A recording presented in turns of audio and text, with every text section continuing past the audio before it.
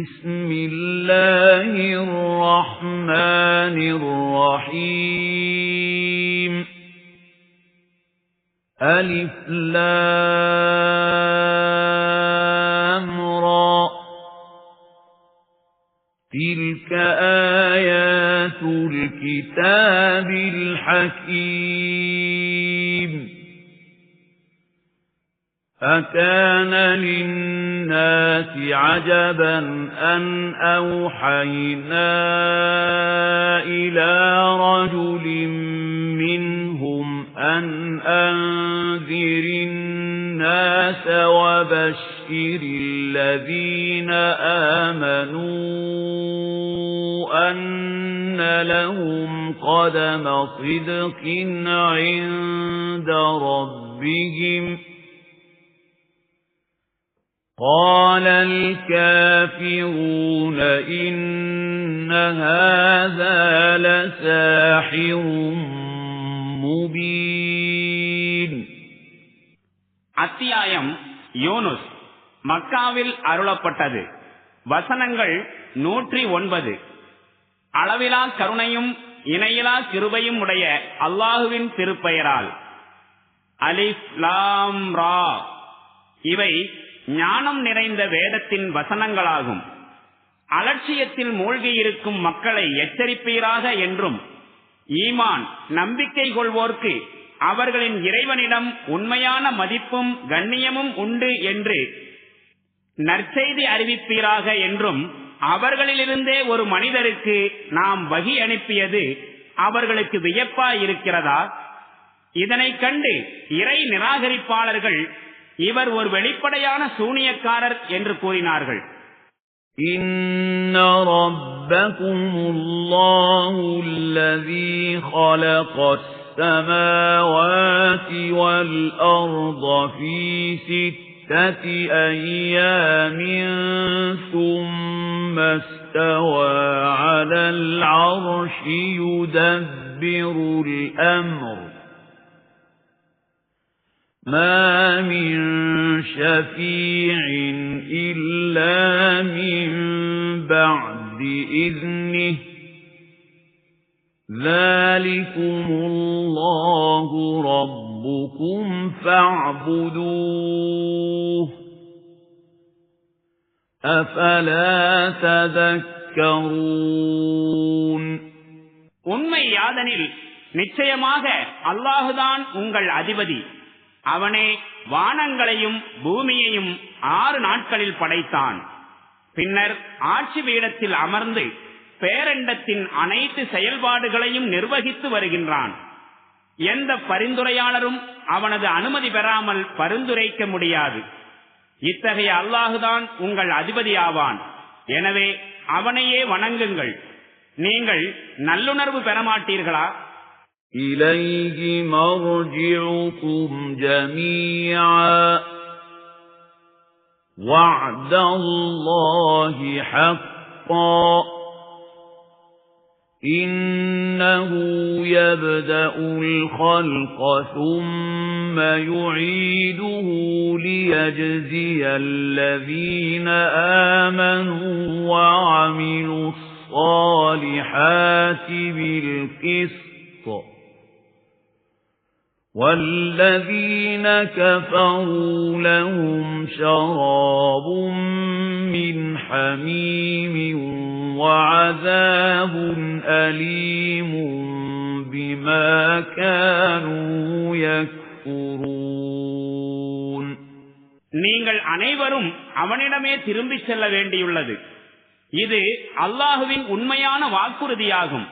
நிச்சயமாக படைப்புகளை முதன்முறையாக அவனே படைக்கின்றான். பின்னர் மறுமுறையும் அவனே அவற்றை படைப்பான். ஏனெனில் இறை நம்பிக்கை கொண்டு நற்செயல்கள் புரிவோருக்கு நீதியுடன் கூலி வழங்க வேண்டும் என்பதற்காக. மேலும் எவர்கள் இறை நிராகரிப்பு போக்கை மேற்கொண்டார்களோ அவர்கள் சத்தியத்தை நிராகரித்துக் கொண்டிருந்த காரணத்தால் கொதிக்கும் நீரை குடிப்பார்கள், துன்புறுத்தும் தண்டனையை அனுபவிப்பார்கள். هُوَ الَّذِي جَعَلَ الشَّمْسَ ضِيَاءً وَالْقَمَرَ نُورًا وَقَدَّرَهُ مَنَازِلَ لِتَعْلَمُوا عَدَدَ السِّنِينَ وَالْحِسَابَ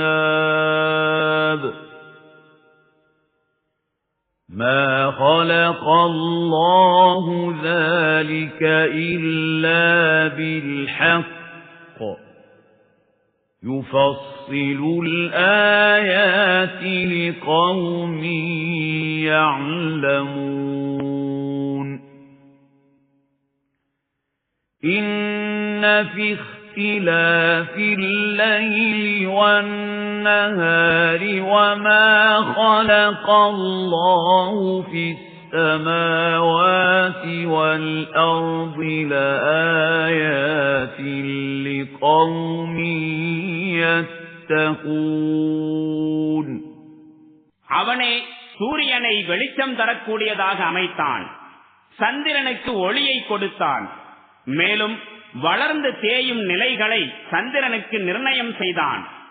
இவற்றின் மூலம் ஆண்டுகளின் எண்ணிக்கையையும் கணக்கையும் நீங்கள் அறிந்து கொள்வதற்காக. இவற்றையெல்லாம் அல்லாஹ் சத்தியத்துடனேயே படைத்துள்ளான். அறிவுடைய மக்களுக்கு அவன் தன் சான்றுகளை தெளிவாக விளக்குகின்றான். சின்னமாக இரவு பகல் மாறி மாறி வருவதிலும், வானங்கள் மற்றும் பூமியில் அல்லாஹ் படைத்திருப்பவற்றிலும் தவறான நோக்கிலிருந்தும் நடத்தையிலிருந்தும் தவிர்ந்து கொள்ள நாடும் மக்களுக்கு பல சான்றுகள் உள்ளன. இன்னல்லதீன லா யர்ஜூன லிகாஅனா வரது பில் ஹயாத்தித் துன்யா வத்மஅன்னு பிஹா வல்லதீன ஹும் அன் ஆயாத்தினா غافلون أولئك مأواهم النار بما كانوا يكسبون உண்மை யாதனில் எவர்கள் நம்மை சந்திக்க இருப்பதை நம்பவில்லையோ, மேலும் உலக வாழ்க்கையில் மன நிறைவு கொண்டு அதிலே முழு நிம்மதியும் அடைந்தார்களோ, மற்றும் எவர்கள் நம்முடைய சான்றுகளை குறித்து அலட்சியமாக இருக்கின்றார்களோ, அவர்களின் புகலிடம் தங்களின் தவறான கொள்கைகள் மற்றும் நடைமுறையினால் அவர்கள் சம்பாதித்துக் கொண்டிருந்த தீமைகளின் காரணமாக நரகமாகும். இன்னல்லதீன ஆமனூ வஅமிலுஸ் ஸாலிஹாத்தி யஹ்தீஹிம் ரப்புஹும் بإيمانهم تجري من تحتهم الأنهار في جنات النعيم دعواهم فيها سبحانك اللهم وتحيتهم فيها سلام وآخر دعواهم أن الحمد لله رب العالمين. ஆனால் உண்மையில் எவர்கள் இறை நம்பிக்கை கொண்டு, அதாவது இவ்வேதத்தில் எடுத்துரைக்கப்பட்ட சத்தியங்களை ஏற்றுக்கொண்டு நற்செயல்கள் புரிந்து கொண்டிருந்தார்களோ, அவர்களை அவர்களின் ஈமான் நம்பிக்கையின் காரணத்தால் அவர்களுடைய இறைவன் நேர்வழியில் செலுத்துவான். அருட்கொடைகள் நிறைந்த சுவனங்களில் அவர்களுக்கு கீழே ஆறுகள் ஓடிக்கொண்டிருக்கும். இறைவா, நீயே தூய்மையானவன் என்பதே அங்கு அவர்களின் துதியாக இருக்கும்.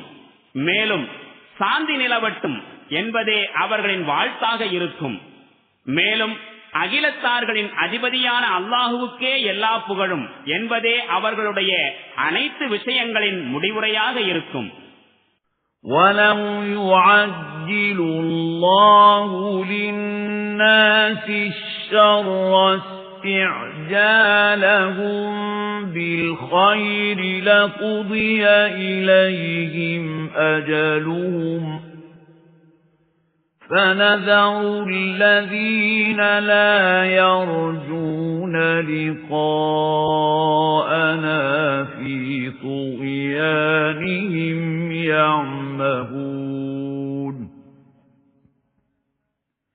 وإذا مس الإنسان الضر دعانا لجنبه أو قاعدا أو قائما فلما كشفنا عنه ضره مر كأن لم يدعنا فلما كشفنا عنه ضره مر كأن لم يدعنا إلى ضر مسه كذلك زين للمسرفين ما كانوا يعملون. மனிதர்கள் உலகின் நன்மைகளை கோருவதில் எந்த அளவு அவசரப்படுகின்றார்களோ அந்த அளவு மனிதர்களுக்கு தீங்கிழைப்பதில் அல்லாஹுவும் அவசரங்காட்டினால் அவர்களின் செயல்பாட்டிற்கான அவகாசம் என்றைக்கோ முடிக்கப்பட்டு விட்டிருக்கும். ஆனால் இது நமது நியதி அல்ல. எனவே எவர்கள் நம்மை சந்திக்க இருப்பதை நம்பவில்லையோ அவர்களை அவர்களின் வரம்பு மீறிய செயல்களிலேயே உழன்று கொண்டிருக்கும்படி நாம் விட்டுவிடுகின்றோம். மனிதனின் நிலை எவ்வாறு உள்ளதெனில் அவனுக்கு ஏதேனும் துன்பம் நேர்ந்தால் நின்றும் உட்கார்ந்தும் படுத்தும் நம்மிடம் பிரார்த்திக்கின்றான். ஆனால் நாம் அவனுடைய துன்பத்தை அவனை விட்டு நீக்கிவிடும் போது அவன் தனக்கு ஏற்பட்டிருந்த துன்பத்திற்காக எப்போதுமே நம்மிடம் பிரார்த்திக்காதவன் போல் சென்று விடுகின்றான். வரம்பு மீறி நடப்பவர்களுக்கு அவர்களுடைய செயல்கள் இவ்வாறே அழகாக காட்டப்பட்டிருக்கின்றன. وَلَقَدْ أَهْلَكْنَا الْقُرُونَ مِنْ قَبْلِكُمْ لَمَّا ظَلَمُوا وَجَاءَتْهُمْ رُسُلُهُم بِالْبَيِّنَاتِ وَمَا كَانُوا لِيُؤْمِنُوا كَذَلِكَ نَجْزِي الْقَوْمَ الْمُجْرِمِينَ ثُمَّ جَعَلْنَاكُمْ خَلَائِفَ فِي الْأَرْضِ مِنْ بَعْدِهِمْ لِنَنْظُرَ كَيْفَ تَعْمَلُونَ. மக்களே, உங்களுக்கு முன்னர் வாழ்ந்த பல சமுதாயத்தார்களை அவர்கள் கொடுமைகள் புரிந்தபோது நாம் அழித்து விட்டோம். அவர்களிடமோ அவர்களின் தூதர்கள் தெளிவான ஆதாரங்களை கொண்டு வந்தனர். ஆயினும் அவர்கள் நம்பிக்கை கொள்ளவே இல்லை. இவ்வாறே குற்றம் புரியும் கூட்டத்தாருக்கு அவர்களின் குற்றத்திற்கான கூலியை நாம் அளிக்கின்றோம். பின்னர் அவர்களுக்கு பிறகு பூமியில் அவர்களுடைய இடத்தில் இப்பொழுது உங்களை அமர்த்தினோம். நீங்கள் எவ்வாறு செயல்படுகிறீர்கள் என்று பார்ப்பதற்காக. وَإِذَا تُتْلَى عَلَيْهِمْ آيَاتُنَا بَيِّنَاتٍ قَالَ الَّذِينَ لَا يَرْجُونَ لِقَاءَنَا ائْتِ بِقُرْآنٍ غَيْرِ هَذَا أَوْ بَدِّلْهُ قُلْ مَا يَكُونُ لِي أَنْ أُبَدِّلَهُ مِنْ تِلْقَاءِ نَفْسِي إِنْ أَتَّبِعُ إِلَّا مَا يُوحَى إِلَيَّ إِنِّي أَخَافُ إِنْ عَصَيْتُ رَبِّي عَذَابَ يَوْمٍ عَظِيمٍ. قُل لَّوْ شَاءَ اللَّهُ مَا تَلَوْتُهُ عَلَيْكُمْ وَلَا أَدْرَاكُمْ بِهِ فَقَدْ لَبِثْتُ فِيكُمْ عُمُرًا مِّن قَبْلِهِ أَفَلَا تَعْقِلُونَ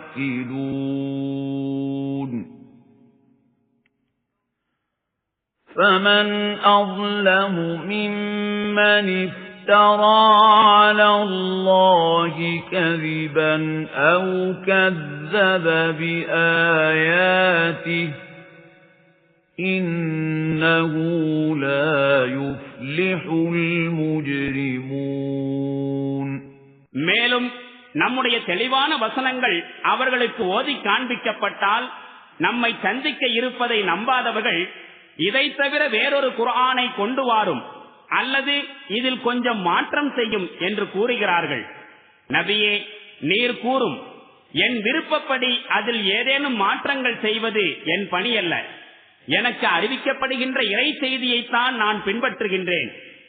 நான் என் இறைவனுக்கு மாறு செய்தால் ஒரு மாபெரும் பயங்கர நாளின் வேதனைக்கு அஞ்சுகின்றேன். மேலும் நீர் கூறும், நான் ஓதி காண்பிக்க கூடாது என்று அல்லாஹ் நாடி இருந்தால் நான் உங்களுக்கு இந்த குர்ஆனை ஒருபோதும் ஓதி காண்பித்திருக்க மாட்டேன். மேலும் அல்லாஹும் இதை உங்களுக்கு அறிவித்திருக்க மாட்டான். இதற்கு முன்னர் நீண்ட காலம் நான் உங்களுக்கு மத்தியில் வாழ்ந்திருக்கின்றேன். நீங்கள் சிந்தித்துணர வேண்டாமா?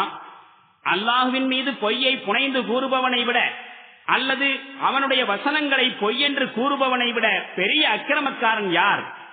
நிச்சயமாக குற்றவாளிகள் ஒருபோதும் வெற்றியடைய மாட்டார்கள். وَيَعْبُدُونَ مِن دُونِ اللَّهِ مَا لَا يَضُرُّهُمْ وَلَا يَنفَعُهُمْ وَيَقُولُونَ هَؤُلَاءِ شُفَعَاؤُنَا عِندَ اللَّهِ قُلْ أَتُنَبِّئُونَ اللَّهَ بِمَا لَا يَعْلَمُ فِي السَّمَاوَاتِ وَلَا فِي الْأَرْضِ سُبْحَانَهُ وَتَعَالَى عَمَّا يُشْرِكُونَ இவர்கள் அல்லாஹ்வை விட்டுவிட்டு யாதொரு நஷ்டத்தையும் லாபத்தையும் தங்களுக்கு அளித்திட இயலாதவற்றை வணங்குகின்றார்கள். மேலும் இவை எங்களுக்காக அல்லாஹ்விடம் பரிந்துரைக்கும் என்றும் கூறுகின்றார்கள். நபியே, இவர்களிடம் நீர் கேளும், வானங்களிலோ பூமியிலோ அல்லாஹ் அறியாதவற்றை நீங்கள் அவனுக்கு அறிவித்துக் கொடுக்கின்றீர்களா? இவர்கள் இணை வைப்பவற்றை விட்டும் அவன் தூய்மையானவனும் உயர்ந்தவனும் ஆவான். وَمَا كَانَ النَّاسُ إِلَّا أُمَّةً وَاحِدَةً فَاخْتَلَفُوا وَلَوْلَا كَلِمَةٌ سَبَقَتْ مِنْ رَبِّكَ لَقُضِيَ بَيْنَهُمْ فِيمَا فِيهِ يَخْتَلِفُونَ மேலும் தொடக்கத்தில் மக்கள் அனைவரும் ஒரே சமுதாயமாகவே இருந்தனர். பின்னர் பல்வேறு கொள்கைகளையும் வழிமுறைகளையும் தோற்றுவித்தனர். உம் இறைவனிடம் முன்னரே ஒரு விஷயம் முடிவு செய்யப்பட்டிராவிட்டால் அவர்கள் கருத்து முரண்பாடு கொண்டிருக்கும் விஷயத்தில் அவர்களுக்கிடையே தீர்ப்பளிக்கப்பட்டு விட்டிருக்கும். وَيَقُولُونَ لَوْلَا أُنْزِلَ عَلَيْهِ آيَةٌ مِّن رَّبِّهِ فَقُلْ إِنَّمَا الْغَيْبُ لِلَّهِ فَانتَظِرُوا إِنِّي مَعَكُمْ مِنَ الْمُنْتَظِرِينَ மேலும் இந்த நபியின் மீது அவருடைய இறைவனிடமிருந்து ஏதேனும் ஒரு சான்று இறக்கி வைக்கப்பட்டிருக்க கூடாதா என்று அவர்கள் கேட்கின்றார்கள். நபியே, நீர் கூறும், மறைவானவற்றுக்கு உரியவன் அல்லாஹ்வே ஆவான். நீங்கள் எதிர்பாருங்கள், நானும் உங்களோடு எதிர்பார்த்துக் கொண்டிருக்கின்றேன்.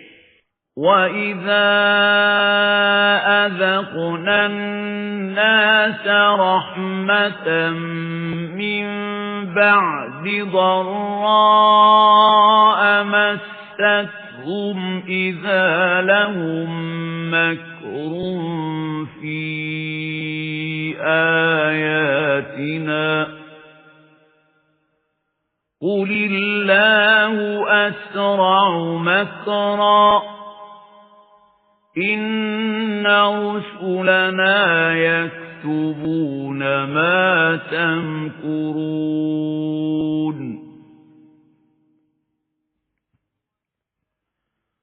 هُوَ الَّذِي يُسَيِّرُكُمْ فِي الْبَرِّ وَالْبَحْرِ حَتَّى إِذَا كُنتُمْ فِي الْفُلْكِ وَجَرَيْنَ بِهِمْ بِرِيحٍ طَيِّبَةٍ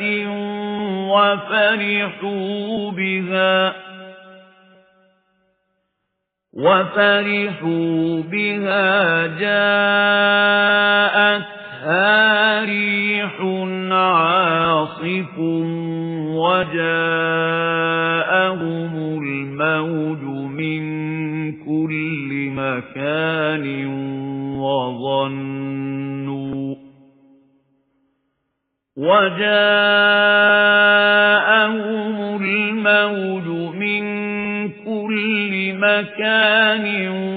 وَظَنُّوا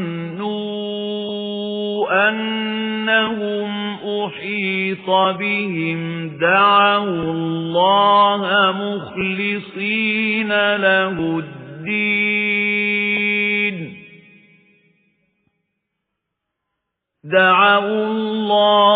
مُخْلِصِينَ لَهُ الدِّينَ لَئِنْ أَنْجَيْتَنَا مِنْ هَذِهِ لَنَكُونَنَّ مِنَ الشَّاكِرِينَ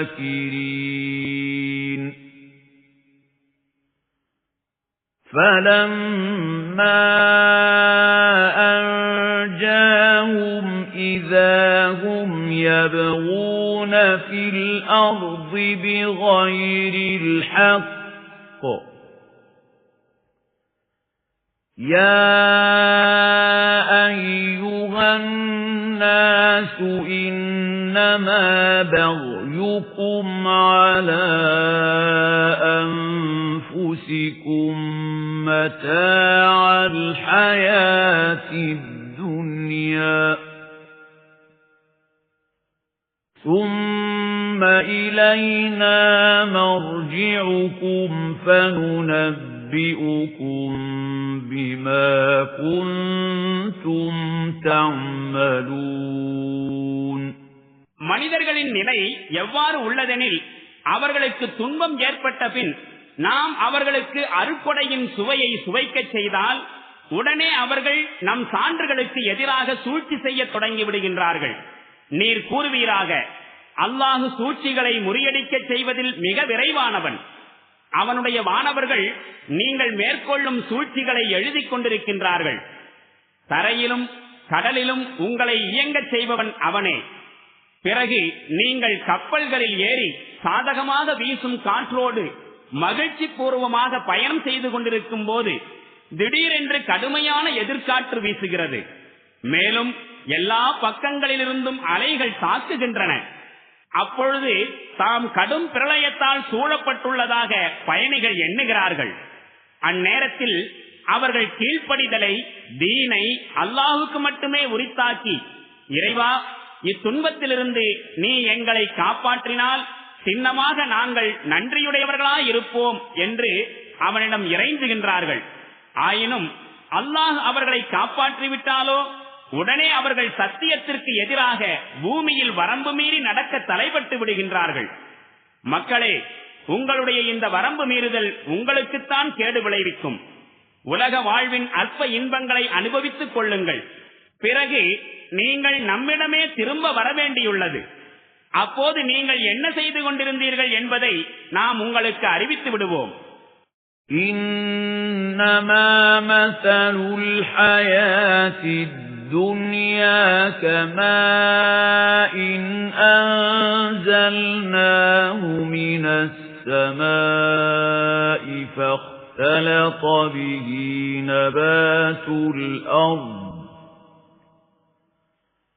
فاختلط به نبات الأرض مما يأكل الناس والأنعام حتى إذا أخذت الأرض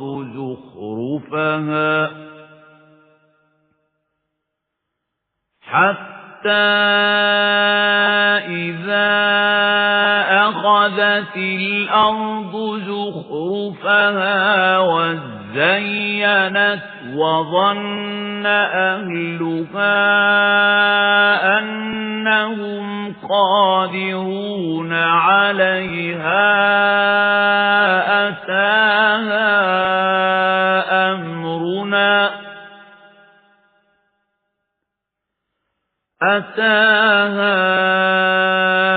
أمرنا ليلا أو نهارا فجعلناها حصيدا كأن لم تغن بالأمس كذلك نفصل الآيات لقوم يتفكرون. எந்த உலக வாழ்க்கையின் போதையில் மயங்கி நம் சான்றுகள் குறித்து நீங்கள் அலட்சியமாக இருக்கின்றீர்களோ அந்த உலக வாழ்க்கையின் உதாரணம் இதை போன்றதாகும். நாம் வானத்திலிருந்து மழையை இறக்கினோம். பின்னர் அதன் மூலம் மனிதர்களும் கால்நடைகளும் உண்ணக்கூடிய பூமியின் விளைபொருள்கள் நன்கு அடர்த்தியாக வளர்ந்தன. பூமி அழகாகவும் செழுமையாகவும் காட்சியளிக்க அதன் பலனை அடைந்திட தாங்கள் ஆற்றல் பெற்றுள்ளோம் என அதன் உரிமையாளர்கள் எண்ணிக்கொண்டிருந்த அதே நேரத்தில் திடீரென இரவிலோ பகலிலோ நம்முடைய கட்டளை வந்துவிட்டது. மேலும் நேற்றைய தினம் எதுவும் அங்கு விளைந்திருக்காதது போல அதனை முற்றாக நாம் அழித்து விட்டோம். சிந்தித்துணரும் மக்களுக்கு இவ்வாறு சான்றுகளை மிக தெளிவாக நாம் விளக்குகின்றோம். والله يدعو إلى دار السلام ويهدي من يشاء إلى صراط مستقيم. للذين أحسنوا الحسنى وزيادة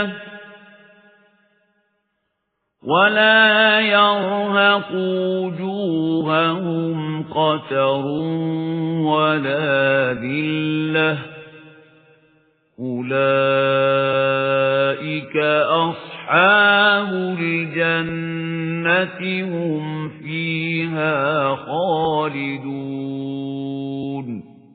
இந்த நிலையற்ற வாழ்வின் மோகத்தில் நீங்கள் மயங்கி கிடக்கின்றீர்கள். அல்லாஹ் உங்களை அமைதி இல்லத்திற்கு அழைத்துக் கொண்டிருக்கின்றான். நேர்வழி காட்டும் ஆற்றல் அவனிடமே உள்ளது. தான் நாடுவோருக்கு அவன் நேர்வழி அளிக்கின்றான். எவர்கள் நன்மை புரிந்தார்களோ அவர்களுக்கு கூலி நன்மையே, இன்னும் அதிகப்படியான அருளும் கிடைக்கும்.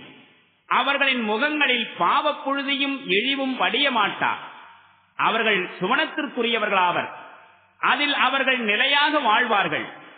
وَالَّذِينَ كَسَبُوا السَّيِّئَاتِ جَزَاءُ سَيِّئَةٍ بِمِثْلِهَا وَتَرْهَقُهُمْ ذِلَّةٌ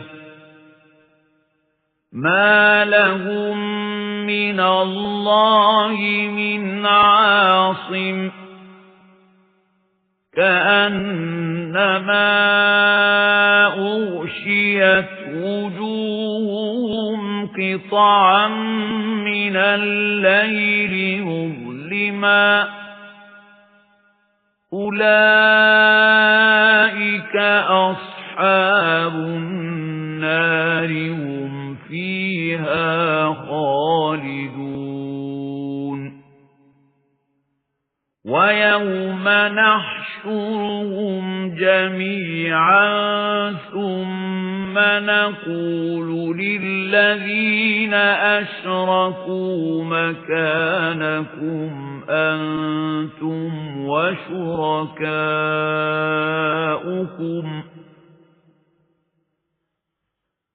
فزيلنا بينهم وقال شركاؤهم ما كنتم إيانا تعبدون فكفى بالله شهيدا بيننا وبينكم إن كنا عن عبادتكم لغافلين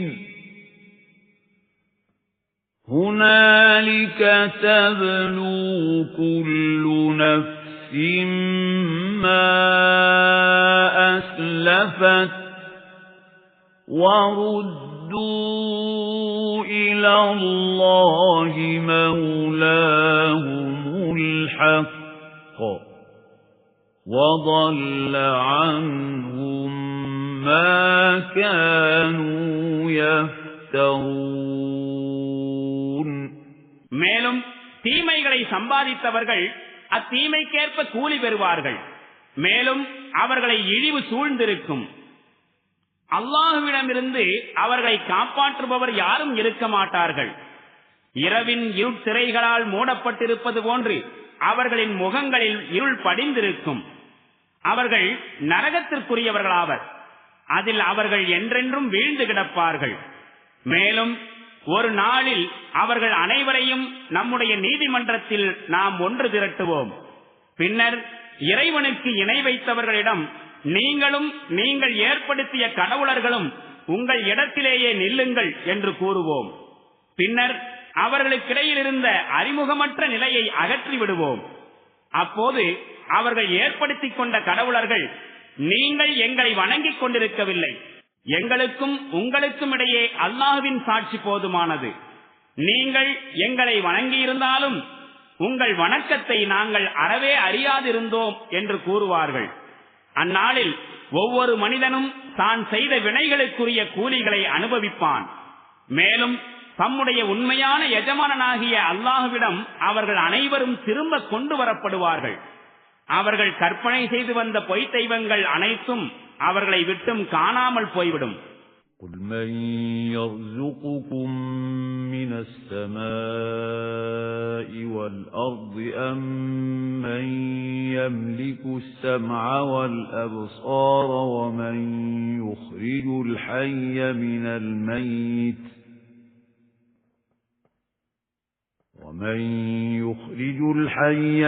الْمَيِّتِ وَيُخْرِجُ الْمَيِّتَ مِنَ الْحَيِّ وَمَن يُدَبِّرُ الْأَمْرَ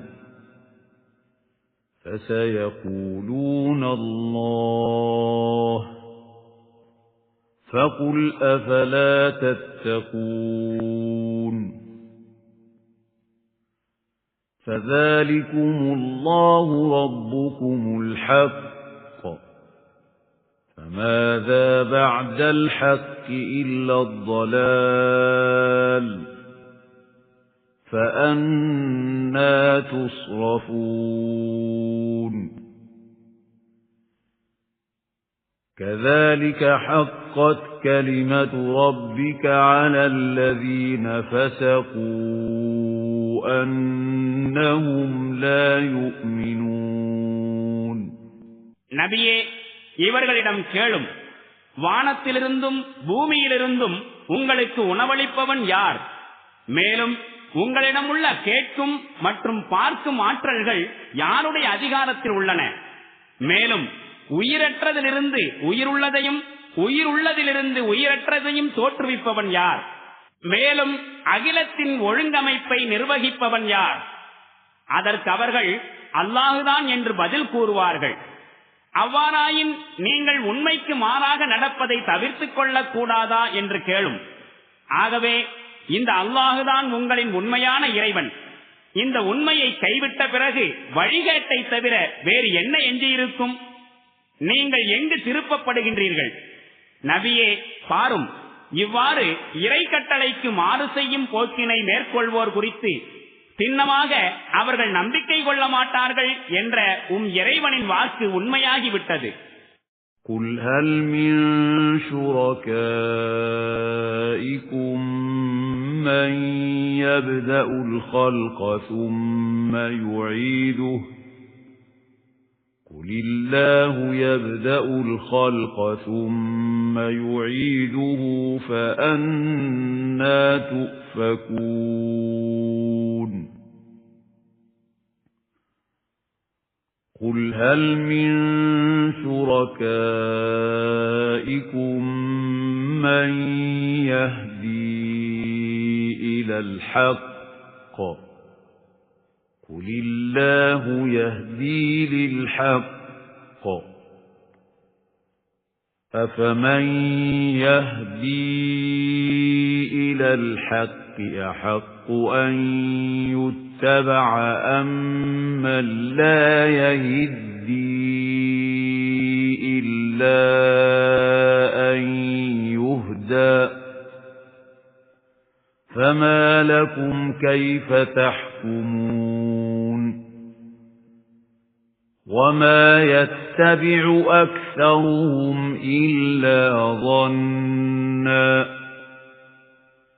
إِنَّ الظَّنَّ لَا يُغْنِي مِنَ الْحَقِّ شَيْئًا إِنَّ اللَّهَ عَلِيمٌ بِمَا يَفْعَلُونَ நீங்கள் ஏற்படுத்திக் கொண்ட கடவுளர்களுள் படைப்புகளை முதலில் படைத்து பின்னர் மறுமுறையும் அவற்றை படைக்கக்கூடியவர் எவரும் உள்ளனரா என்று நபியே நீர் கேளும். நீர் கூறும், அல்லாஹுதான் படைப்புகளை முதன்முறையும் படைக்கின்றான், பின்னர் அவற்றை மறுமுறையும் படைக்கின்றான். இதன் பிறகும் நீங்கள் எவ்வாறு வழிமாற்றப்படுகின்றீர்கள்? நபியே, இவர்களிடம் நீர் கேளும், உங்களால் உருவாக்கப்பட்ட கடவுளர்களில் சத்தியத்தின் பக்கம் வழிகாட்டக்கூடியவர் எவரேனும் உண்டா? நீர் கூறும், அல்லாஹுதான் சத்தியத்தின் பக்கம் வழிகாட்டுகிறான்.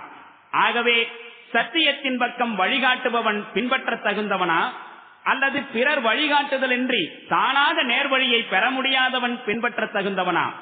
உங்களுக்கு என்ன நேர்ந்து விட்டது? நீங்கள் எப்படியெல்லாம் தவறான முடிவுகளை எடுக்கின்றீர்கள்? உண்மையில் அவர்களில் பெரும்பாலோர் ஊகத்தை தான் பின்பற்றி சென்று கொண்டிருக்கின்றார்கள். ஆனால் ஊகமோ சத்தியத்தின் சேவையை சற்றும் நிறைவேற்றாது. இவர்கள் செய்பவற்றையெல்லாம் அல்லாஹ் நன்கறிந்தவனாய் இருக்கின்றான்.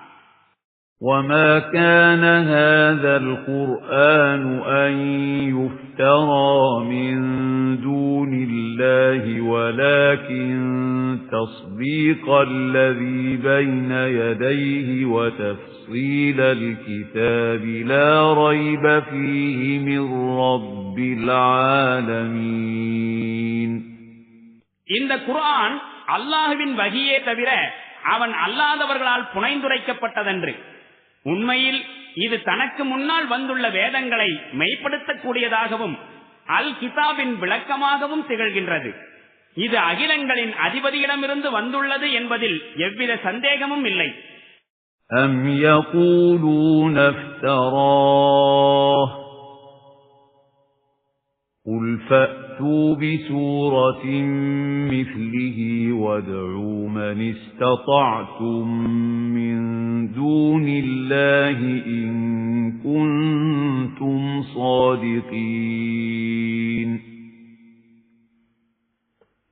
بَلْ كَذَّبُوا بِمَا لَمْ يُحِيطُوا بِعِلْمِهِ وَلَمَّا يَأْتِهِمْ تَأْوِيلُهُ كَذَلِكَ كَذَّبَ الَّذِينَ مِن قَبْلِهِمْ فانظر كيف كان عاقبة الظالمين. என்ன இவர்கள் இறை தூதர் இதனை சுயமாக இயற்றியுள்ளார் என்று கூறுகின்றார்களா? நீர் கூறும், இக்குற்றச்சாட்டில் நீங்கள் உண்மையானவர்களாயின் இது போன்ற ஓர் அத்தியாயத்தை இயற்றிக் கொண்டு வாருங்கள். மேலும் அல்லாஹுவை விடுத்து உதவிக்காக யார் யாரை உங்களால் அழைக்க முடியுமோ அவர்களையெல்லாம் அழைத்துக் கொள்ளுங்கள். உண்மையில் எந்த வேதத்தை இவர்கள் தம் அறிவால் புரிந்து கொள்ளவில்லையோ அந்த வேதத்தையும் அது விடுக்கும் எச்சரிக்கையின் இறுதி விளைவு அவர்களிடம் வராத நிலையில் அதையும் வெறும் கற்பனையின் அடிப்படையில் பொய் என்று கூறுகின்றார்கள். இவ்வாறே இவர்களுக்கு முன் சென்று போன மக்களும் பொய் என்று கூறி வந்தனர். எனவே அந்த அக்கிரமக்காரர்களின் முடிவு என்னவாயிற்று என்பதை பாரும். وَمِنْهُمْ مَنْ يُؤْمِنُ بِهِ وَمِنْهُمْ مَنْ لَا يُؤْمِنُ بِهِ وَرَبُّكَ أَعْلَمُ بِالْمُفْسِدِينَ. وَإِنْ كَذَّبُوكَ فَقُلْ لِي عَمَلِي وَلَكُمْ عَمَلُكُمْ أَنْتُمْ بَرِيئُونَ مِمَّا أَعْمَلُ وَأَنَا بَرِيءٌ مِمَّا تَعْمَلُونَ.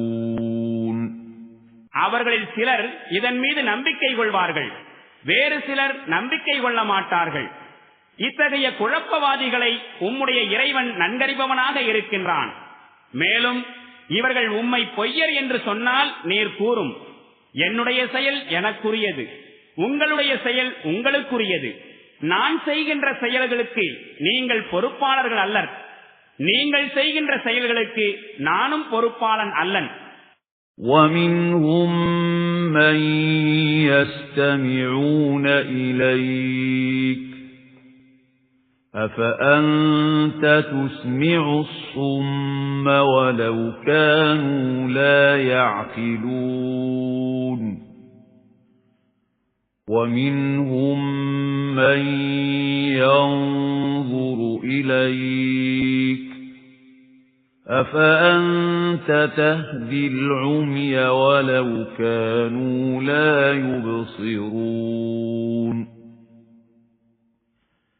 إِنَّ اللَّهَ لَا يَظْلِمُ النَّاسَ شَيْئًا وَلَكِنَّ النَّاسَ أَنفُسَهُمْ يَظْلِمُونَ. وَيَوْمَ يَحْشُرُهُمْ كَأَنْ لَمْ يَلْبَثُوا إِلَّا سَاعَةً مِنَ النَّهَارِ يَتَعَارَفُونَ بَيْنَهُمْ قَدْ خَسِرَ الَّذِينَ كَذَّبُوا بِلِقَاءِ اللَّهِ وَمَا كَانُوا مُهْتَدِينَ. மேலும் நீர் கூறுவதை கேட்பவர்கள் போல பாவனை செய்பவர்கள் அவர்களில் பலர் இருக்கிறார்கள். அவர்கள் எதையும் விளங்காமல் இருந்தாலும் அச்செவிடர்களை கேட்கும்படி செய்ய உம்மால் முடியுமா? மேலும் உம்மை பார்ப்பவர் போல பாவனை செய்பவர்கள் அவர்களில் பலர் இருக்கிறார்கள். அவர்களுக்கு எதுவும் புலப்படாவிட்டாலும் அக்குருடர்களுக்கு உம்மால் வழிகாட்ட முடியுமா? உண்மையில் அல்லாஹ் மனிதர்களுக்கு சிறிதும் அநீதி இழைப்பதில்லை.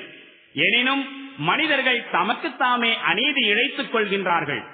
இன்று இவர்கள் உலக வாழ்க்கையில் மதிமயங்கி கிடக்கின்றார்கள். ஆனால் அல்லாஹ் அவர்களை ஒன்று திரட்டும் நாளில் இவ்வுலக வாழ்க்கை அவர்களுக்கு எவ்வாறு தோன்றுமெனில், தமக்கிடையே ஒருவருக்கொருவர் அறிமுகமாகிக் கொள்வதற்காக பகலின் சொற்ப நேரமே தவிர உலகில் தாங்கள் தங்கியிருக்கவில்லை என்பது போல் தோன்றும். அல்லாஹ்வின் சந்திப்பை பொய் என்று கூறியவர்களும் ஒருபோதும் நேர்வழியின்படி வாழாதவர்களும் நிச்சயமாக பேரிழப்பிற்கு ஆளாகிவிட்டார்கள் என்பதும் அன்று உறுதியாகிவிடும். وَإِمَّا نُرِيَنَّكَ بَعْضَ الَّذِي نَعِدُهُمْ أَوْ نَتَوَفَّيَنَّكَ يستعجلونك فإلينا مرجعهم ثم الله شهيد على ما يفعلون وَلِكُلِّ أُمَّةٍ رَسُولٌ فَإِذَا جَاءَ رَسُولُهُمْ قُضِيَ بَيْنَهُم بِالْقِسْطِ وَهُمْ لَا يُظْلَمُونَ அவர்களுக்கு நாம் எச்சரிக்கை செய்து கொண்டிருக்கின்ற தீய விளைவின் ஒரு பகுதியை நீர் உயிர் வாழும் போதே காண்பித்து விட்டாலும் அல்லது அதற்கு முன்னரே நாம் உம்மை எடுத்துக்கொண்டாலும் எவ்வாறாயினும் நம்மிடமே அவர்கள் திரும்பி வர வேண்டியுள்ளது. மேலும் அவர்கள் என்ன செய்து கொண்டிருக்கிறார்களோ அவற்றுக்கு அல்லாஹ் சாட்சியாக இருக்கின்றான். ஒவ்வொரு உம்மத்திற்கும் ஓர் இறை தூதர் இருக்கிறார். பிறகு ஏதேனும் உம்மத்தாரிடம் அவர்களின் தூதர் வந்துவிட்டால் அவர்களுடைய கதி நீதியின் அடிப்படையில் தீர்மானிக்கப்பட்டு விடுகிறது. மேலும் அவர்கள் மீது இம்மியளவும் அநீதி இழைக்கப்படுவதில்லை. وَيَقُولُونَ مَتَى هَذَا الْوَعْدُ إِن كُنتُمْ صَادِقِينَ قُل لَّا أَمْلِكُ لِنَفْسِي ضَرًّا وَلَا نَفْعًا إِلَّا مَا شَاءَ اللَّهُ لِكُلِّ أُمَّةٍ أَجَلٌ إِذَا جَاءَ أَجَلُهُمْ فَلَا يَسْتَأْخِرُونَ سَاعَةً وَلَا يَسْتَقْدِمُونَ மேலும் உங்களுடைய இந்த எச்சரிக்கை உண்மையாக இருந்தால் அது எப்போது நிறைவேறும் என்று அவர்கள் வினவுகின்றார்கள். நபியே, நீர் கூறும், எனக்கு நானே பலனளித்துக் கொள்ளவும் நஷ்டம் விளைவித்துக் கொள்ளவும் கூட எனக்கு அதிகாரம் இல்லை. ஆனால் அனைத்தும் அல்லாஹ்வின் நாட்டத்தை பொறுத்தே இருக்கின்றன. ஒவ்வொரு சமூகத்திற்கும் ஒரு தவணை உண்டு. அவர்களுடைய இத்தவணை நிறைவடைந்து விட்டால் அவர்கள் ஒரு வினாடி பிந்தவும் மாட்டார்கள், முந்தவும் மாட்டார்கள். قُلْ أَرَأَيْتُمْ إِنْ أَتَاكُمْ عَذَابُهُ بَيَاتًا أَوْ نَهَارًا مَاذَا يَسْتَعْجِلُ مِنْهُ الْمُجْرِمُونَ أَثُمَّ إِذَا مَا وَقَعَ آمَنْتُمْ بِهِ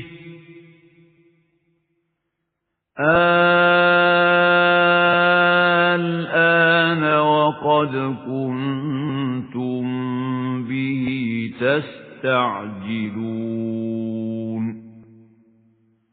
ثم قيل للذين ظلموا ذوقوا عذاب الخلد هل تجزون إلا بما كنتم تكسبون நபியே, இவர்களிடம் நீர் கேளும், நீங்கள் என்றாவது சிந்தித்திருக்கின்றீர்களா? அல்லாஹ்வின் வேதனை இரவிலோ பகலிலோ திடீரென்று உங்களிடம் வந்துவிட்டால் அப்போது உங்களால் என்ன செய்ய இயலும்? இக்குற்றவாளிகள் எதற்காக அவசரப்பட்டுக் கொண்டிருக்கின்றார்கள்? அது உங்களை வந்து தாக்கும் போதுதான் அதனை நம்புவீர்களா? இப்போது தப்பிக்க பார்க்கின்றீர்களா? அது வர வேண்டும் என்று நீங்கள் தானே அவசரப்பட்டுக் கொண்டிருந்தீர்கள். பிறகு அந்த அக்கிரமக்காரர்களிடம் கூறப்படும், இதோ நிரந்தரமான வேதனையை சுவையுங்கள். எதனை நீங்கள் சம்பாதித்துக் கொண்டிருந்தீர்களோ அதற்குரிய தண்டனையை தவிர வேறு என்ன கூலிதான் உங்களுக்கு அளிக்கப்படும்? وَيَسْتَنْبِئُونَكَ أَحَقٌّ هُوَ قُلْ إِي وَرَبِّي إِنَّهُ لَحَقٌّ وَمَا أَنْتُمْ بِمُعْجِزِينَ وَلَوْ أَنَّ لِكُلِّ نَفْسٍ ظَلَمَتْ مَا فِي الْأَرْضِ لَافْتَدَتْ بِهِ وَأَسَرُّوا النَّدَامَةَ لَمَّا رَأَوُا الْعَذَابَ وَقُضِيَ بَيْنَهُم بِالْقِسْطِ وَهُمْ لَا يُظْلَمُونَ أَلَا إِنَّ لِلَّهِ مَا فِي السَّمَاوَاتِ وَالْأَرْضِ أَلَا إِنَّ وَعْدَ اللَّهِ حَقٌّ وَلَكِنَّ أَكْثَرَهُمْ لَا يَعْلَمُونَ هُوَ يُحْيِي وَيُمِيتُ وَإِلَيْهِ تُرْجَعُونَ மேலும் நீர் கூறுவது உண்மைதானா என்று உம்மிடம் கேட்கின்றார்கள். நீர் கூறும், என் இறைவன் மீது ஆணையாக அது முற்றிலும் உண்மையானதே. மேலும் அதனை தடுத்து நிறுத்தும் வலிமையை நீங்கள் பெற்றிருக்கவில்லை. அக்கிரமம் செய்த ஒவ்வொருவனும் தன்னிடம் இந்த பூமியில் உள்ள செல்வம் அனைத்தும் இருந்தாலும் அந்த வேதனையிலிருந்து தப்பித்துக் கொள்ள அதனை முழுவதும் ஈடாக அளிப்பதற்கு தயாராகி விடுவான். மேலும் இவர்கள் அவ்வேதனையை காணும் போது உள்ளூர பெரிதும் வருந்துவார்கள். ஆயினும் அவர்களிடையே முற்றிலும் நியாயமான முறையில் தீர்ப்பு வழங்கப்படும். அவர்கள் எவ்வகையிலும் அநீதி இழைக்கப்பட மாட்டார்கள். தெரிந்து கொள்ளுங்கள், வானங்கள் மற்றும் பூமியில் உள்ள அனைத்து பொருள்களும் அல்லாஹுவுக்கே உரியனவாகும். தெரிந்து கொள்ளுங்கள், சின்னமாக அல்லாஹுவின் வாக்குறுதி உண்மையானது. ஆயினும் அவர்களில் பெரும்பாலோர் அறியாமல் இருக்கின்றனர். அவனே வாழ்வை அளிக்கின்றான், மேலும் மரணம் அளிப்பவனும் அவனே. மேலும் நீங்கள் அனைவரும் அவனிடமே திரும்ப கொண்டு வரப்படுவீர்கள். يَا أَيُّهَا النَّاسُ قَدْ جَاءَتْكُمْ مَوْعِظَةٌ مِّن رَّبِّكُمْ وَشِفَاءٌ لِّمَا فِي الصُّدُورِ وَهُدًى وَرَحْمَةٌ لِّلْمُؤْمِنِينَ قُلْ بِفَضْلِ اللَّهِ وَبِرَحْمَتِهِ فَبِذَلِكَ فَلْيَفْرَحُوا هُوَ خَيْرٌ مِّمَّا يَجْمَعُونَ மனிதர்களே, உங்கள் இறைவனிடமிருந்து ஓர் அறிவுரை உங்களிடம் சின்னமாக வந்திருக்கிறது. இது இதயங்களில் உள்ள நோய்களை குணப்படுத்தக்கூடியதாகவும் தன்னை ஏற்றுக்கொள்ளக்கூடியவர்களுக்கு வழிகாட்டக்கூடியதாகவும் ஓர் அருட்கொடையாகவும் திகழ்கின்றது. நபியே, நீர் கூறும், அல்லாஹு தன்னுடைய கருணையை கொண்டும் அருளை கொண்டும் இதனை இறக்கியுள்ளான். இதனை குறித்து மக்கள் மகிழ்ச்சி அடையட்டும். அவர்கள் சேகரித்துக் கொண்டிருக்கும் எல்லாவற்றையும் விட இது சிறந்ததாகும். قُلْ أَرَأَيْتُمْ مَا أَنزَلَ اللَّهُ لَكُم مِّن رِّزْقٍ فَجَعَلْتُم مِّنْهُ حَرَامًا وَحَلَالًا قُلْ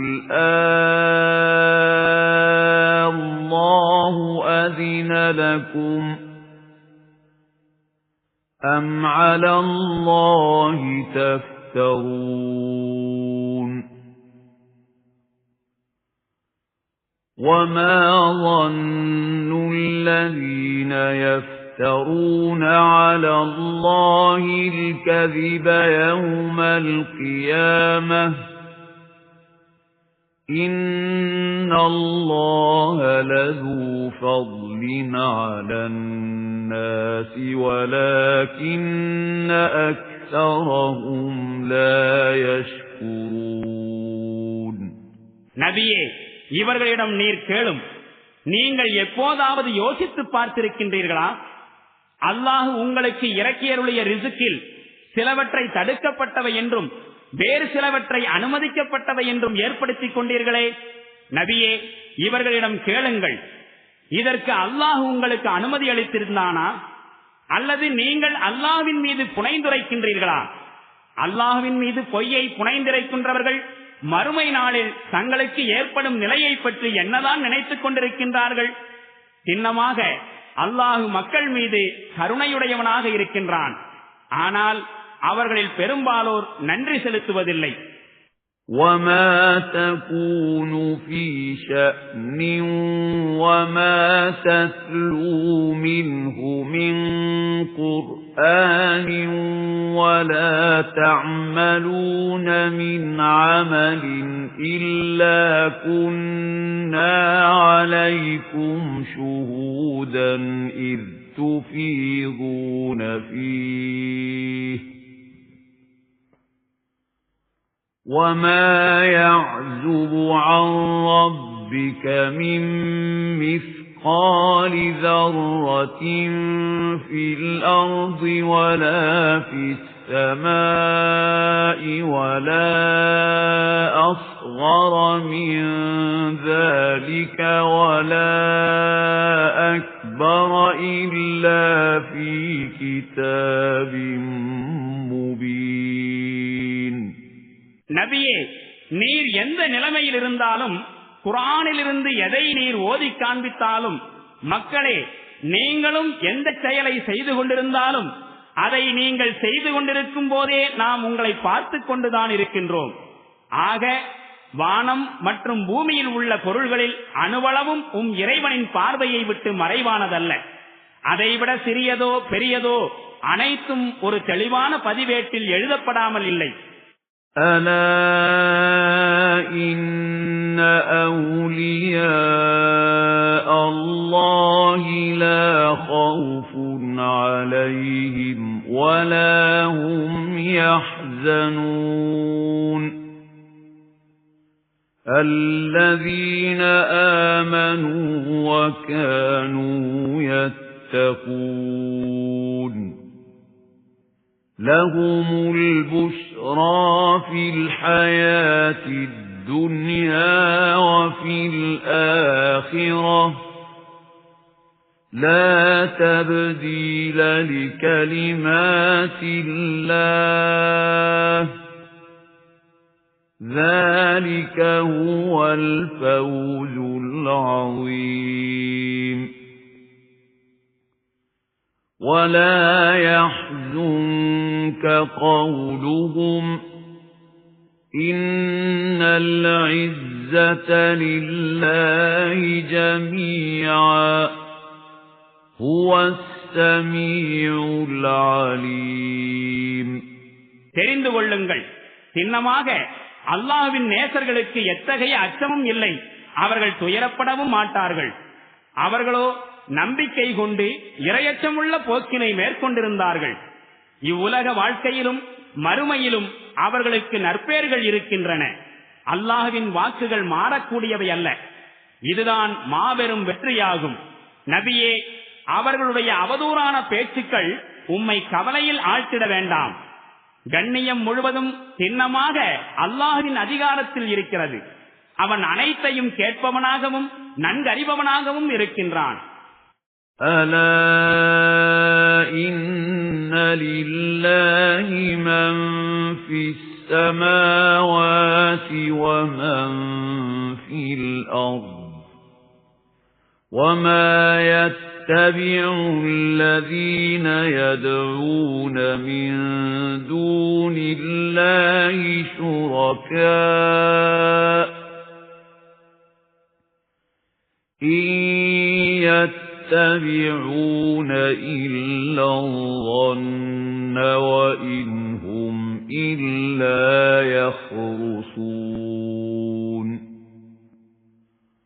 هُوَ الَّذِي جَعَلَ لَكُمُ اللَّيْلَ لِتَسْكُنُوا فِيهِ وَالنَّهَارَ مُبْصِرًا إِنَّ فِي ذَلِكَ لَآيَاتٍ لِقَوْمٍ يَسْمَعُونَ. அறிந்து கொள்ளுங்கள், வானங்களில் உள்ளவர்கள் பூமியில் உள்ளவர்கள் அனைவரும் அல்லாஹ்விற்குரியவர்களாவர். எவர்கள் அல்லாஹ்வை விட்டுவிட்டு தாம் உருவாக்கிக் கொண்ட தெய்வங்களை அழைக்கின்றார்களோ அவர்கள் வெறும் யூகங்களைத்தான் பின்பற்றுகிறார்கள். மேலும் வெறும் கற்பனைகளில்தான் மூழ்கி இருக்கின்றார்கள். அல்லாஹுதான் உங்களுக்காக இரவை அமைத்தான், அதில் நீங்கள் நிம்மதி பெற வேண்டும் என்பதற்காக. மேலும் பகலை ஒளிமிக்கதாக அமைத்தான். சின்னமாக திறந்த மனதுடன் இறை தூதரின் அழைப்பை செவிமடுக்கும் மக்களுக்கு இதில் பல சான்றுகள் இருக்கின்றன.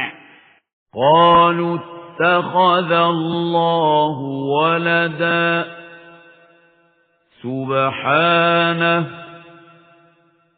هو الغني له ما في السماوات وما في الأرض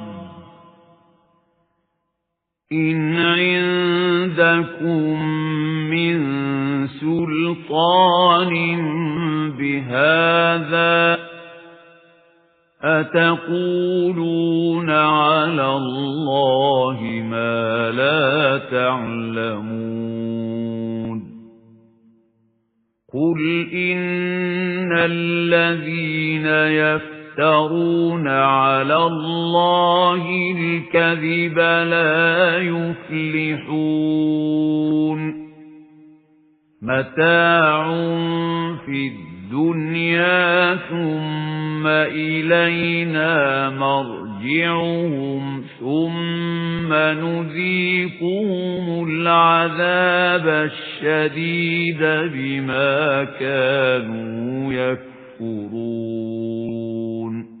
அல்லாஹ் தனக்கு ஒரு மகனை ஏற்படுத்திக் கொண்டான் என மக்கள் கூறிவிட்டார்கள். சுப்ஹானல்லாஹ், அல்லாஹ் புனிதமானவன், அவன் தேவைகள் இல்லாதவன். வானங்களிலும் பூமியிலும் உள்ள அனைத்தும் அவனுக்கே உரியனவாகும். இந்நிலையில் இக்கூற்றுக்கு உங்களிடம் என்னதான் ஆதாரம் இருக்கிறது? நீங்கள் அறியாதவற்றை அல்லாஹ்வின் மீது ஏற்றிச் சொல்கின்றீர்களா? நபியே, நீர் கூறும், எவர்கள் அல்லாஹ்வின் மீது பொய்யை புனைந்து கூறுகின்றார்களோ அவர்கள் ஒருபோதும் வெற்றியடைவதில்லை. உலகில் அவர்கள் அனுபவிப்பது கொஞ்ச நாள் வாழ்க்கைதான். பிறகு நம்மிடமே அவர்கள் திரும்ப வரவேண்டியுள்ளது. பின்னர் அவர்கள் மேற்கொண்டிருந்த நிராகரிப்பு போக்கிற்கு பகரமாக கடுமையான வேதனையை அவர்கள் சுவைக்கும்படி செய்வோம்.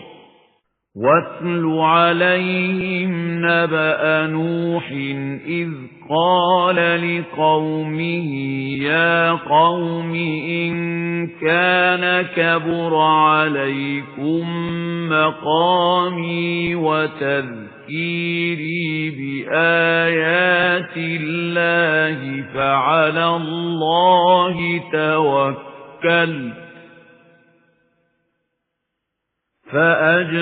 فَأَجْمِعُوا أَمْرَكُمْ وَشُرَكَاءَكُمْ ثُمَّ لَا يَكُنْ أَمْرُكُمْ عَلَيْكُمْ غُمَّةً ثُمَّ اقْضُوا إِلَيَّ وَلَا تُنظِرُونِ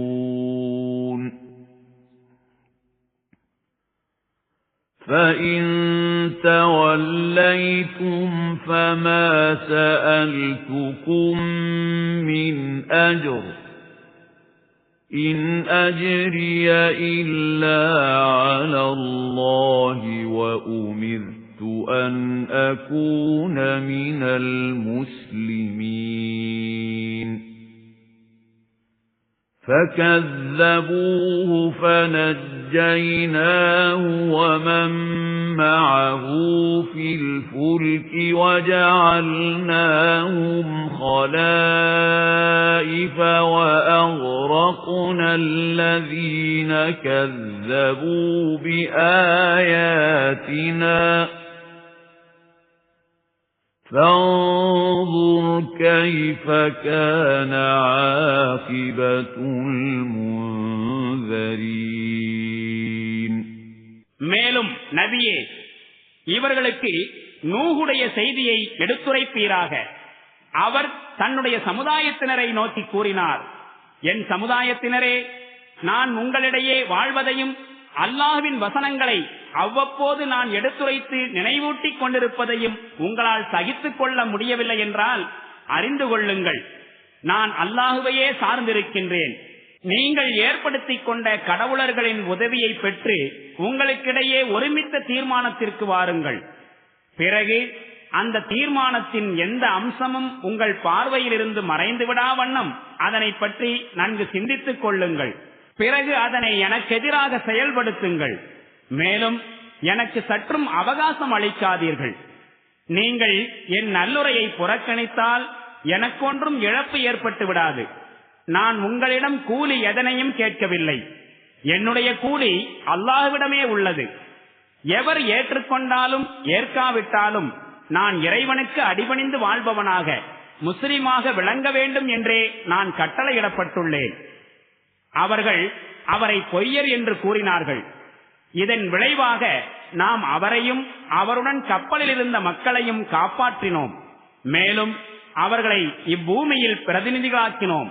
மேலும் நம் வசனங்களை பொய்யென்று கூறிக்கொண்டிருந்த அனைவரையும் மூழ்கடித்தோம். பாருங்கள், எச்சரிக்கப்பட்டிருந்தும் ஏற்றுக்கொள்ளாதவர்களின் கதி என்னவாயிற்று? ثُمَّ بَعَثْنَا مِن بَعْدِهِ رُسُلًا إِلَى قَوْمِهِمْ فَجَاءُوهُم بِالْبَيِّنَاتِ فَمَا كَانُوا لِيُؤْمِنُوا بِمَا كَذَّبُوا بِهِ مِن قَبْلُ كَذَلِكَ نَطْبَعُ عَلَى قُلُوبِ الْمُعْتَدِينَ ثُمَّ بَعَثْنَا مِن بَعْدِهِم مُوسَى وَهَارُونَ إِلَى فِرْعَوْنَ وَمَلَئِهِ بِآيَاتِنَا فاستكبروا وكانوا قوما مجرمين فلما جاءهم الحق من عندنا قالوا إن هذا لسحر مبين. பின்னர் நாம் நூஹுக்கு பிறகு தூதர்கள் பலரை அவரவர்களுடைய சமூகத்தாரிடம் அனுப்பினோம். மேலும் அத்தூதர்கள் அவர்களிடம் மிக தெளிவான சான்றுகளை கொண்டு வந்தார்கள். ஆயினும் எவற்றை முன்னர் பொய்யென கூறி வந்தார்களோ அவற்றை அவர்கள் இப்போதும் ஏற்றுக்கொள்ளவில்லை. இவ்வாறே வரம்பு மீறி செல்வோரின் உள்ளங்கள் மீது நாம் முத்திரையிட்டு விடுகின்றோம்.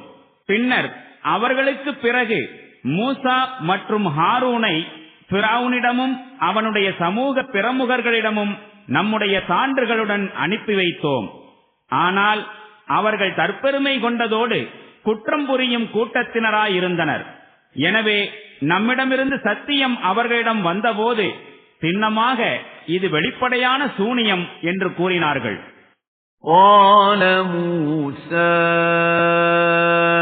أَتَقُولُونَ لِلْحَقِّ لَمَّا جَاءَكُمْ أَسِحْرٌ هَذَا وَلَا يُفْلِحُ السَّاحِرُونَ قَالُوا أَجِئْتَنَا لِتَلْفِتَنَا عَمَّا وَجَدْنَا عَلَيْهِ آبَاءَنَا وَتَكُونَ لَكُمَا الْكِبْرِيَاءُ فِي الْأَرْضِ وَمَا نَحْنُ لَكُمَا بِمُؤْمِنِينَ.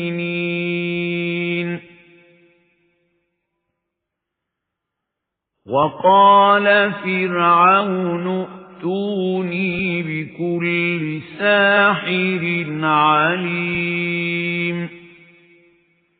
فَلَمَّا جَاءَ السَّحَرَةُ قَالَ لَهُم مُوسَى أَلْقُوا مَا أَنْتُمْ مُلْقُونَ. فَلَمَّا أَلْقَوْا قَالَ مُوسَى مَا جِئْتُم به السحر إن الله سيبطله إن الله لا يصلح عمل المفسدين ويحق الله الحق بكلماته ولو كره المجرمون. அதற்கு மூசா கூறினார், சத்தியம் உங்களிடம் வந்த பிறகு அதை பற்றியா இவ்வாறு கூறுகின்றீர்கள்? இது என்ன சூனியமா? உண்மையில் சூனியக்காரர்கள் வெற்றி பெறுவதில்லை. அதற்கு அவர்கள் பதில் கூறினார்கள், எங்கள் முன்னோர்கள் எந்த வழியில் வாழ்ந்திடக் கண்டோமோ அந்த வழியிலிருந்து எங்களை திருப்பிவிட வேண்டும். மேலும் இப்புவியில் உங்களுடைய மேலாதிக்கம் நிலைநாட்டப்பட வேண்டும் என்பதற்காகவா நீர் எங்களிடம் வந்திருக்கிறீர்? ஆகவே உங்கள் இருவரையும் நாங்கள் நம்பவே மாட்டோம். மேலும் ஃபிரௌன் கைதேர்ந்த சூனியக்காரர்கள் அனைவரையும் என்னிடம் அழைத்து வாருங்கள் என்று தன்னை சார்ந்தவர்களிடம் கூறினான். சூனியக்காரர்கள் வந்தபோது மூசா அவர்களை நோக்கி, நீங்கள் எரிய இருப்பவற்றை எரியுங்கள் என்றார். அவர்கள் எரிந்தபோது மூசா கூறினார், நீங்கள் நிகழ்த்தி காட்டியது சூனியமேயாகும். சின்னமாக அல்லாஹ் அதனை இப்பொழுதே தகர்த்து விடுவான். ஏனெனில் அல்லாஹ் குழப்பம் புரிவோரின் செயலை சீர்படுத்துவதில்லை. அல்லாஹ் தன் கட்டளைகளை கொண்டு சத்தியத்தை சத்தியம்தான் என்று நிரூபித்து விடுகின்றான். குற்றவாளிகளுக்கு அது எவ்வளவு வெறுப்பாக இருந்தாலும் சரியே. فَمَا آمَنَ لِمُوسَى إِلَّا ذُرِّيَّةٌ مِّن قَوْمِهِ عَلَى خَوْفٍ مِّن فِرْعَوْنَ وَمَلَئِهِمْ أَن يَفْتِنَهُمْ وَإِنَّ فِرْعَوْنَ لَعَالٍ فِي الْأَرْضِ وَإِنَّهُ لَمِنَ الْمُسْرِفِينَ. பாருங்கள், ஃபிரௌனுக்கு அஞ்சியும் அவன் வேதனையில் ஆழ்த்தி விடுவானோ என்று பயந்த சமூக பிரமுகர்களுக்கு அஞ்சியும் மூசாவை அவருடைய சமூகத்தாரில் எவரும் ஏற்றுக்கொள்ளவில்லை, சில இளைஞர்களை தவிர. உண்மை யாதெனில் ஃபிரௌன் இப்பூமியில் பெரும் வல்லமை கொண்டவனாக இருந்தான். சின்னமாக அவன் எந்த எல்லையை மீறுவதற்கும் தயங்காதவர்களில் ஒருவனாக இருந்தான். وَقَالَ مُوسَى يَا قَوْمِ إِن كُنتُمْ آمَنتُم بِاللَّهِ فَعَلَيْهِ تَوَكَّلُوا إِن كُنتُم مسلمين. فقالوا على الله توكلنا ربنا لا تجعلنا فتنة للقوم الظالمين ونجنا برحمتك من القوم الكافرين. மூசா தன் சமூகத்தாரை நோக்கி கூறினார், என் சமூகத்தவரே, நீங்கள் உண்மையில் அல்லாஹ்வின் மீது நம்பிக்கை கொண்டவர்களாக இருந்தால் அவனையே முற்றிலும் சார்ந்து வாழுங்கள். நீங்கள் முஸ்லிம்களாக இருந்தால். அதற்கு அவர்கள் பதிலளித்தார்கள், நாங்கள் அல்லாஹ்வையே சார்ந்திருக்கிறோம். எங்கள் இறைவனே, அக்கிரமம் புரியும் கூட்டத்தாருக்கு எங்களை ஒரு சோதனையாக ஆக்கிவிடாதே.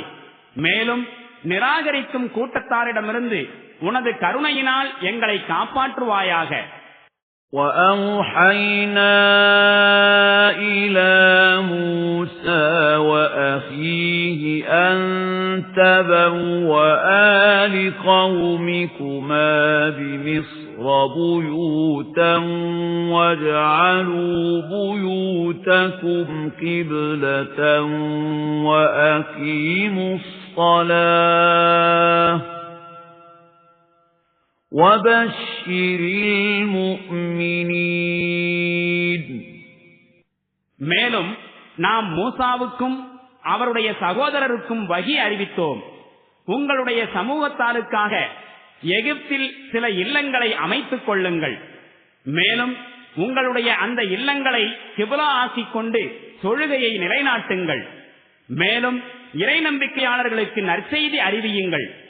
وقال موسى ربنا إنك آتيت فرعون وملأه زينة وأموالا في الحياة الدنيا ربنا ليضلوا عن سبيلك ربنا اطمس على أموالهم واشدد على قلوبهم فلا يؤمنوا حتى يروا العذاب الأليم قال قد أجيبت دعوتكما فاستقيما ولا تتبعان سبيل الذين لا يعلمون. மூசா இவ்வாறு இறைஞ்சினார். எங்கள் இறைவனே, நீ ஃபிரௌனுக்கும் அவனுடைய பிரமுகர்களுக்கும் இவ்வுலக வாழ்க்கையில் அலங்காரத்தையும் செல்வங்களையும் வழங்கியுள்ளாய். எங்கள் இறைவனே, உன் வழியில் செல்லவிடாமல் மக்களை அவர்கள் திசை திருப்புவதற்காகவா அவற்றை நீ அழித்திருக்கின்றாய்? எங்கள் இறைவனே, அவர்களின் செல்வங்களை அழித்து விடுவாயாக.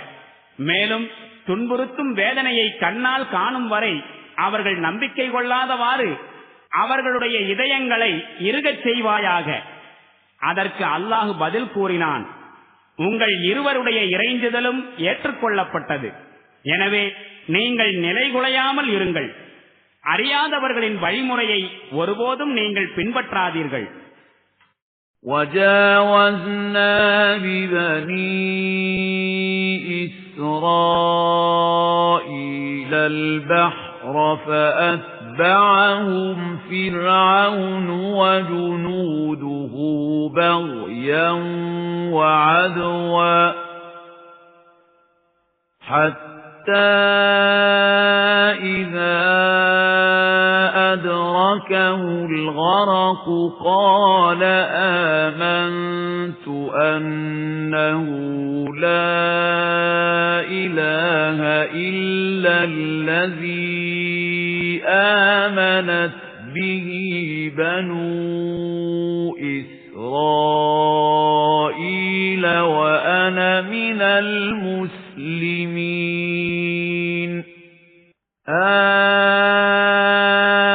الآن وقد عصيت قبل وكنت من المفسدين فاليوم ننجيك ببدنك لتكون لمن خلفك آية وَإِنَّ كَثِيرًا مِنَ النَّاسِ عَنْ آيَاتِنَا لَغَافِلُونَ. மேலும் நாம் இஸ்ராயேலின் வழித்தோன்றல்களை கடலை கடக்கச் செய்தோம். ஃபிரௌனும் அவனுடைய படைகளும் அநீதியும் அக்கிரமமும் இழைப்பதற்காக அவர்களை பின்தொடர்ந்து சென்றனர். இறுதியில் ஃபிரௌன் நீரில் மூழ்கத் தொடங்கிய போது அலறினான். இஸ்ராயேலின் வழித்தோன்றல்கள் எந்த இறைவன் மீது நம்பிக்கை கொண்டார்களோ அவனை தவிர உண்மையான இறைவன் வேறு யாரும் இல்லை என்று நானும் நம்பிக்கை கொண்டேன். மேலும் அந்த இறைவனுக்கு கீழ்ப்படிந்து நடப்பவர்களில் நானும் ஒருவனாவேன். பதில் கூறப்பட்டது, இப்போதா நம்பிக்கை கொள்கிறாய்? இதற்கு சற்று முன்வரை நீ மாறு செய்து கொண்டிருந்தாய். குழப்பம் விளைவிப்பவர்களில் ஒருவனாயும் இருந்தாய். இன்று உன் உடலை மட்டும் நாம் காப்பாற்றுவோம். உனக்கு பின்னால் வரக்கூடிய மக்களுக்கு படிப்பினை தரும் சான்றாக விளங்கும் பொருட்டு. ஆயினும் மக்களில் பெரும்பாலோர் நம் சான்றுகளை அலட்சியப்படுத்துபவர்களாயிருக்கின்றனர். وَلَقَدْ بَوَّأْنَا بَنِي إِسْرَائِيلَ مُبَوَّأَ صِدْقٍ وَرَزَقْنَاهُم مِّنَ الطَّيِّبَاتِ فَمَا اخْتَلَفُوا حَتَّى جَاءَهُمُ الْعِلْمُ إِنَّ رَبَّكَ يَقْضِي بَيْنَهُمْ يَوْمَ الْقِيَامَةِ فِيمَا كَانُوا فِيهِ يَخْتَلِفُونَ நாம் இஸ்ராயேலின் வழித்தோன்றல்களை மிகச்சிறந்த இடத்தில் வசிக்கச் செய்தோம். மேலும் அவர்களுக்கு நல்ல வாழ்க்கை வசதிகளையும் வழங்கினோம். உண்மையான அறிவு அவர்களிடம் வந்த பின்னரே என்று அவர்கள் பிளவுபடவில்லை. அவர்கள் எதில் பிளவுபட்டிருந்தார்களோ அதை குறித்து மறுமை நாளில் அவர்களுக்கிடையே திண்ணமாக உம்முடைய இறைவன் தீர்ப்பு வழங்குவான். فَإِن كُنتَ فِي شَكٍّ مِّمَّا أَنزَلْنَا إِلَيْكَ فَاسْأَلِ الَّذِينَ يَقْرَؤُونَ الْكِتَابَ مِن قَبْلِكَ لَقَدْ جَاءَكَ الْحَقُّ مِن رَّبِّكَ فَلَا تَكُونَنَّ مِنَ الْمُمْتَرِينَ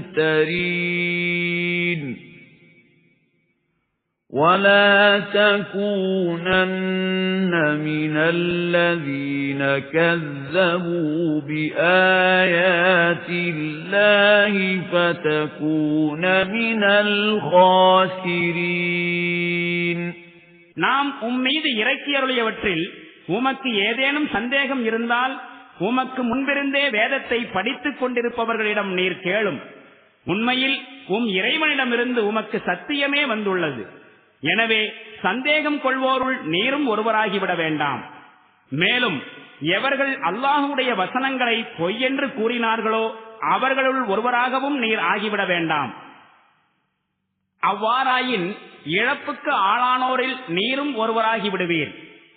இன்னல்லதீன ஹக்கத் அலைஹிம் கலிமத்து ரப்பிக லா யுமினூன் வலவ் ஜாஅத்ஹும் குல்லு ஆயத்தின் ஹத்தா யரவுல் அஸாபல் அலீம்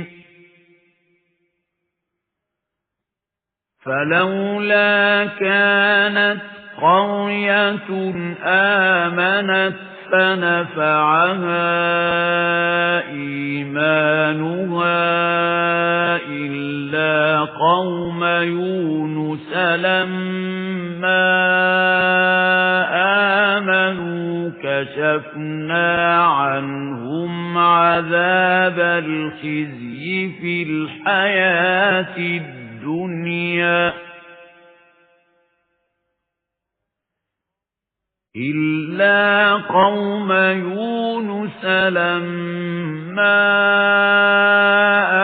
آمنوا كشفنا عنهم عذاب الخزي في الحياة الدنيا ومتعناهم إلى حين உண்மை யாதெனில் எவர்கள் மீது உம்முடைய இறைவனின் வாக்கு மெய்யாகி விட்டதோ அவர்கள் துன்புறுத்தும் வேதனையை கண்டாலன்றி நம்பிக்கை கொள்ளவே மாட்டார்கள். எத்தனை சான்றுகள் அவர்களிடம் வந்தாலும் சரியே. இறை தண்டனையை கண்டபோது நம்பிக்கை கொண்ட எந்த ஊர் மக்களுக்காவது அவர்களுடைய நம்பிக்கை பயனளித்திருப்பதாக எந்த ஓர் எடுத்துக்காட்டாவது இருக்கிறதா? யூனுசுடைய சமுதாயத்தை தவிர அத்தகைய எடுத்துக்காட்டு எதுவும் இல்லை. அந்த சமுதாயத்தினர் நம்பிக்கை கொண்ட போது உலக வாழ்க்கையில் இழிவு தரும் வேதனையை நாம் அவர்களை விட்டு அகற்றிவிட்டோம். மேலும் ஒரு குறிப்பிட்ட காலம் வரை வாழ்வதற்கான வாய்ப்பை அவர்களுக்கு வழங்கவும் செய்தோம்.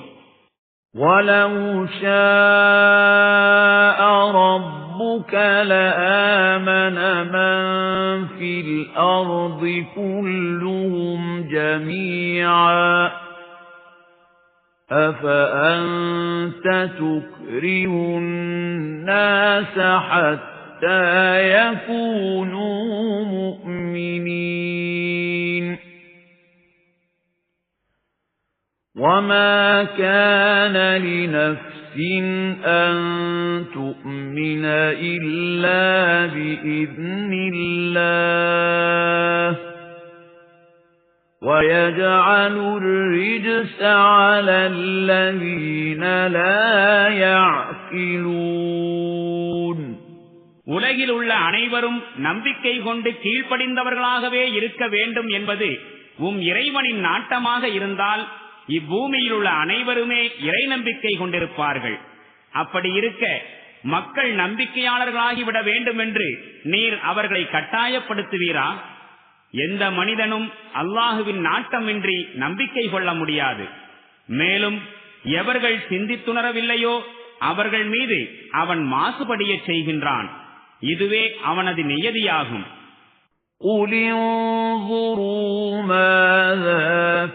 السماوات والأرض وما تغني الآيات والنذر عن قوم لا يؤمنون فهل ينتظرون إلا مثل أيام الذين خلوا من قبلهم قل فانتظروا إني معكم من المنتظرين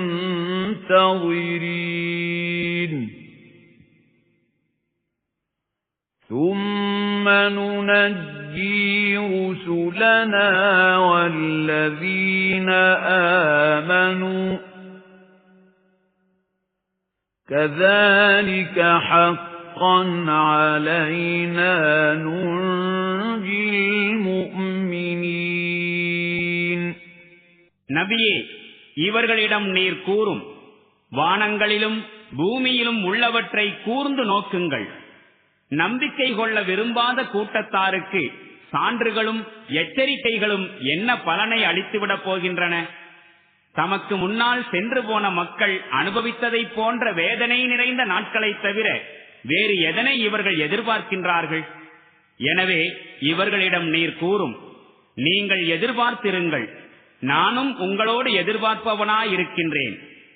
பிறகு இவ்வாறான சந்தர்ப்பம் வரும்போது நாம் நம் தூதர்களையும் நம்பிக்கை கொண்டோரையும் காப்பாற்றி விடுகின்றோம். இதுவே நம்முடைய வழிமுறையாகும். நம்பிக்கை கொண்டோரை காப்பாற்றுவது நம்மீது கடமையாகும்.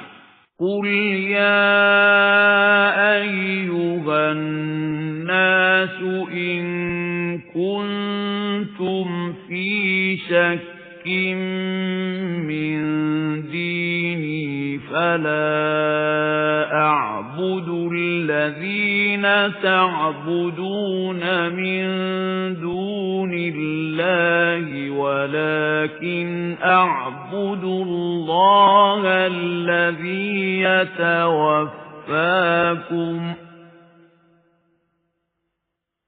وَأُمِرْتُ أَنْ أَكُونَ مِنَ الْمُؤْمِنِينَ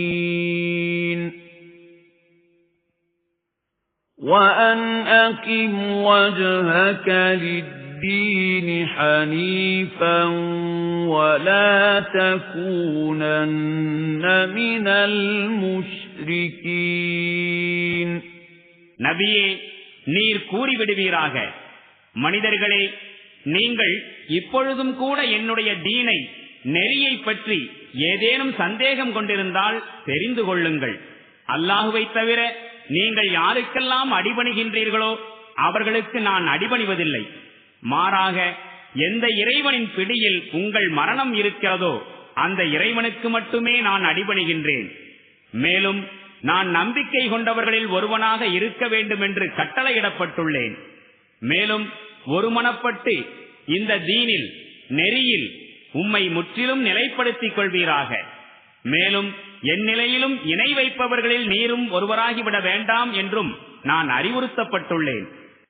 وَلَا تَدْعُ مِن دُونِ اللَّهِ مَا لَا يَنفَعُكَ وَلَا يَضُرُّكَ فَإِن فَعَلْتَ فَإِنَّكَ إِذًا مِّنَ الظَّالِمِينَ.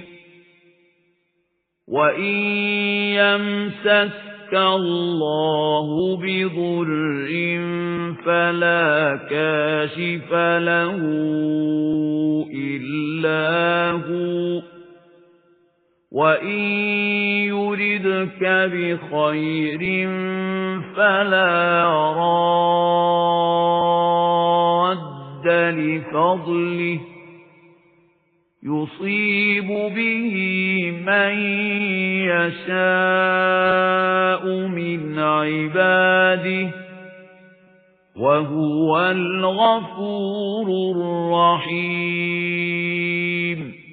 மேலும் அல்லாஹுவை விட்டுவிட்டு உமக்கு பலனளிக்கவும் கேடு விளைவிக்கவும் இயலாதவற்றிடம் நீர் பிரார்த்திக்காதீர். அவ்வாறு செய்வீராயின் அப்போது நீர் சின்னமாக அக்கிரமம் செய்பவர்களுள் ஒருவராகி விடுவீர். மேலும் ஏதேனும் துன்பத்தை அல்லாஹ் உமக்கு கொடுத்தால் அதனை அகற்றுபவர் அவனைத் தவிர வேறு யாரும் இல்லை. மேலும் உமக்கு ஏதேனும் நன்மை அளிக்க அவன் நாடினால் அவனுடைய அருளை தடுப்பவரும் யாரும் இல்லை. தன்னுடைய அடிமைகளில் தான் நாடுபவர்களுக்கு தன் அருளை அவன் வழங்குகின்றான். மேலும் அவன் மாபெரும் மன்னிப்பாளனாகவும் பெருங்கருணையாளனாகவும் இருக்கின்றான்.